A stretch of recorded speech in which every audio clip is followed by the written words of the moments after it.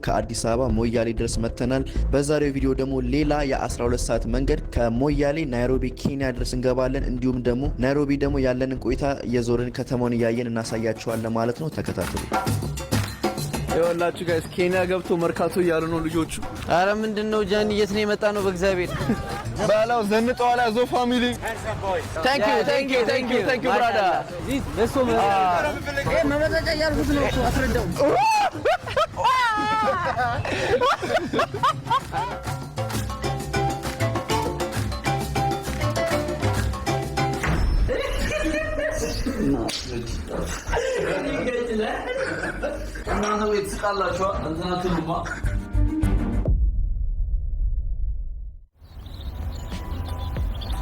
አይ ጋይስ እንግዲህ አሁን ከጠዋቱ 12 ሰዓት ተነስተን አሁን ወደ ኢሚግሬሽን እንሄዳለን። እንዴት አደራችሁ?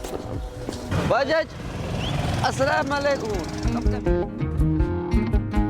لما أموت تقوم مكاني الشجرة እንደሄዳችሁ ትጠየቃላችሁ። ለምንድን ነው መሄድ የምትፈልጉት ትባላላችሁ። እኛ በግሩፕ ስለነበርን ሀገሩን ለመጎብኘት ዩቲዩብ ለመስራት ነው ብሎ በዛውም ዩቲዩባችንን አሳያቸው ወዲያውን የመቱልን። ምንም ያን ያህል የከበደ ነገር አልነበረውም። ከዛ በኋላ ግን የሎ ካርድ በጣም ግዴታ ነው፣ ማለትም የወባ ክትባት ማለት ነውና የወባ ክትባት እዛው ከኢሚግሬሽኑ አጠገብ 3500 የኬንያን ሺሊንግ ብር ማለት ነው ቻርጅ የሚያደርጓችሁ። እሱ እንዳረጋችሁ የሎ ካርድ ይሰጣችኋል። ይሄ የሎ ካርድ ከሌለ ደግሞ ማለፍ አትችሉም ወደ ኬንያ ማለት ነውና ለማንኛውም አሁን ጨርሰናል። ወደ ባስ ቲኬት ለመቁረጥ እየሄድን ነው። እንግዲህ ባስ ቲኬት ከቆረጥን በኋላ እንመለሳለን በድጋሚ። አይ ጋይስ ለማንኛውም ጨረስን። ኢሚግሬሽን በጣም ብዙ ጣጣ ነበረው። ጠዋት 2 ሰዓት ገባን። አሁን ስንት ሰዓት ነው? አሁን 4 ሰዓት 2 ሰዓት ፈጀብን ከነ ባስ ቲኬት ምናምን ሁሉ ነገር ጨርሰናል። አሁን የኬንያ ገብተናል ማለት ነው። ኬንያ ባስ ልንቆርጥ ሄድን። ከዚች ድንበር በኋላ ደግሞ ኢትዮጵያ ነች። ከዛ ድንበር ወደዚህ ደግሞ ኬንያ ነው። አሁን ተመልሰን ሻንጣ እናመጣለን። ከዛ ማታ 11 ሰዓት ላይ ከሰዓት 11 ሰዓት ላይ ባሱ ይነሳል። ኬንያ ጠዋት እንገባለን ማለት ነው። እንደገና ድጋሚ የሌላ 12 ሰዓት የባስ መንገድ መሰለኝ። እየተከታተላችሁ ሰብስክራይብ እያረጋችሁ እኔ ደክሞኛል። የወጣው ብር እንዳትጠይቁኝ አባቴ ተዘጋጅ ምትመጡ በእናትህ በለኝ።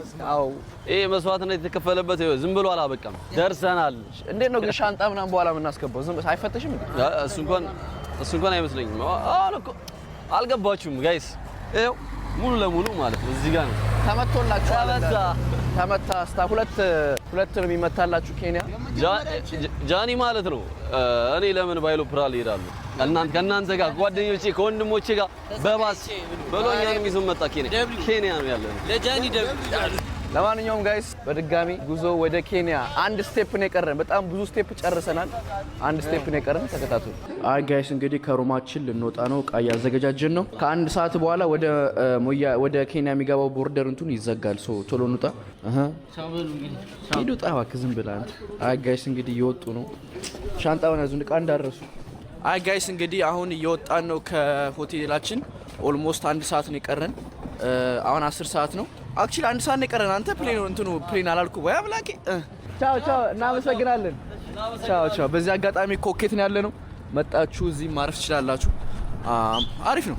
ሰው ብዙ ጊዜ ሞያሌ ሰው የሆነ ነገር ያለ አይመስላችሁም፣ ግን ከተማ ነች። አሪፍ ከተማ። በኋላ ማለት ይችላል። በነገራችን ላይ በኋላ አድርገው አሶሶ መቀበል እንደሱ አቁማል። ጎበዝ። እንግዲህ ጋይስ ይኸውላችሁ ሞያሌ እየወጣን ነው። እቺን ትመስላለች። ኬንያ ከዚህ ጋር ይታያል። ወዴት እኮ ነው ኬንያ ይታያል ከዚህ ጋር። በያ በማል ባጃጅ አለ። ስንት ትንሽ ብር ትቀይራለህ? ትንሽ ነች። ስንት ብር ነው እጅ ላይ ያለው? 1400 አንተ ግን የኢትዮጵያ ብር ካሽ አያስፈልግም?